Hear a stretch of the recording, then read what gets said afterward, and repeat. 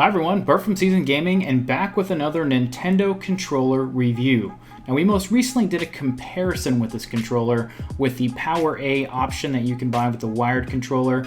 This one is newer, this is from PDP, and it has been out since probably late July. From a price point perspective, you're looking around the same place for a $25 to $30 controller, and you can get this at GameStop, Amazon, Best Buy. This is going to be one of your most popular type of controller that you can find at your typical retailer nearby.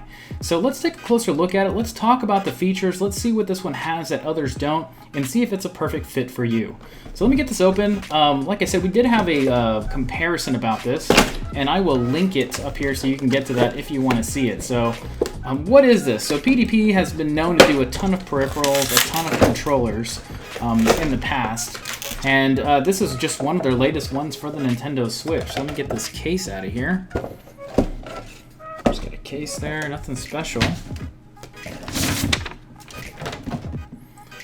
Here you have a complete starter guide, your typical instruction manuals, how everything works, what the features are. I'm not going to spend too much time. I'm actually going to explain everything to you. That way you know what's up. So let me get that out of the way here. And let me get this out of here just to show you what it is. So, if you can make any more noise, that'd be great. But let's kind of talk about the controller now. Okay, so here we go. This is the wired controller. It is considered the Faceoff Deluxe Plus Audio Wired Controller. If you want the full detail name, if you're doing a search somewhere, it is wired, so the wire is connected here. Some of these newer controllers, they have like a USB that you plug into the top. This one is connected, so you can't disable that. You're looking at 10 feet here, so 10 feet of cable. Pretty good there from that perspective, and something to keep in mind. A lot of these shorter cables really aren't the best for gaming. But let's talk about the features that you get here. So for starters, in my opinion, this is modeled very near to the Nintendo Pro Controller, the official controller. And it's the entire shape that's the same. It's the bumpers that are exactly the same in the same place. The joysticks are the exact same size of a Pro Controller, but you do get a couple neat features that some of the other ones don't have. And let me start by simply aiming this up here for you. 3.5 millimeter jack for you. Now, why is that important? Well, if you're doing any chatting in some of the games that Nintendo offers, you can chat through that, but you can also listen to game audio. So let's say you're playing really late at night and you want to have the volume really up in your headphones or something. So that's something new that the Pro Controller does not have. You simply put your 3.5 millimeter headphones in there and you can go ahead and listen and chat if the game supports chat. Little button right here, I want to pay close attention to this little button here. This little button is going to be your mute. So you click this twice while you're playing, and that will mute you when you're wanting to talk or whatever the case is. A couple negatives here. First of all, it does not have any amiibo support. So if you were having amiibo and you were wanting to do that, no amiibo support here at all for that. Everything does click normal. It feels really, really good from that perspective. I do want to mention that. Another cool thing that's cool about this controller is that these plates are interchangeable. Let me show you what I mean by that. You literally just come on the side here and you literally can pull it up. It's really easy to do. I've already taken this off. It takes 2 seconds to do. Now, if you have numerous of these controllers, it's kind of neat. You can switch them out to whatever you want to use them for. Another neat thing here, and you can see as they're installed here, is it's got anti-friction rings going around the joystick. So that's going to feel really good for your joystick movement when you get really used to it.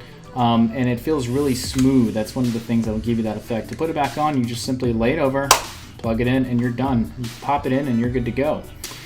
The buttons are in similar places. So on a typical Pro Controller, your capture and your home button are in the middle, kind of a little bit lower, and your plus and minus buttons are on the top. So these are flipped if you're wondering about that.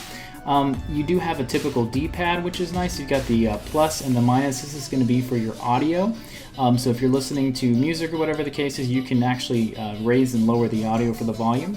One really nice feature on the back here is PDP has this programmable button, and you have two of them. So you can actually set this up, you can plug it into the system, and you can program these buttons to be something else. Maybe you're playing a racer or something, and you want to program to the gas and maybe the brakes or something, you can do that.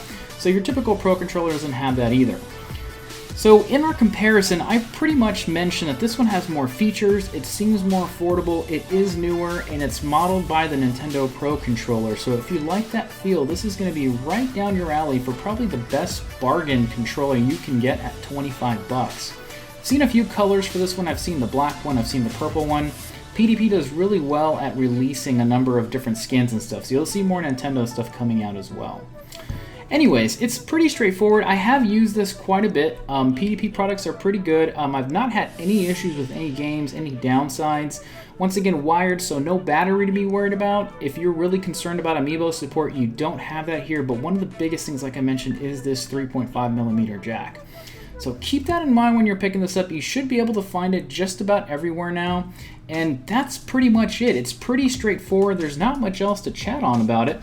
But check it out. If you have any questions, any comments about this controller, anything that you're wanting to see more on it, let us know. We've done a bit of gaming on it. We can do more testing on it if you have any other questions. But PDP did send us this one, and we wanted to share it with you guys.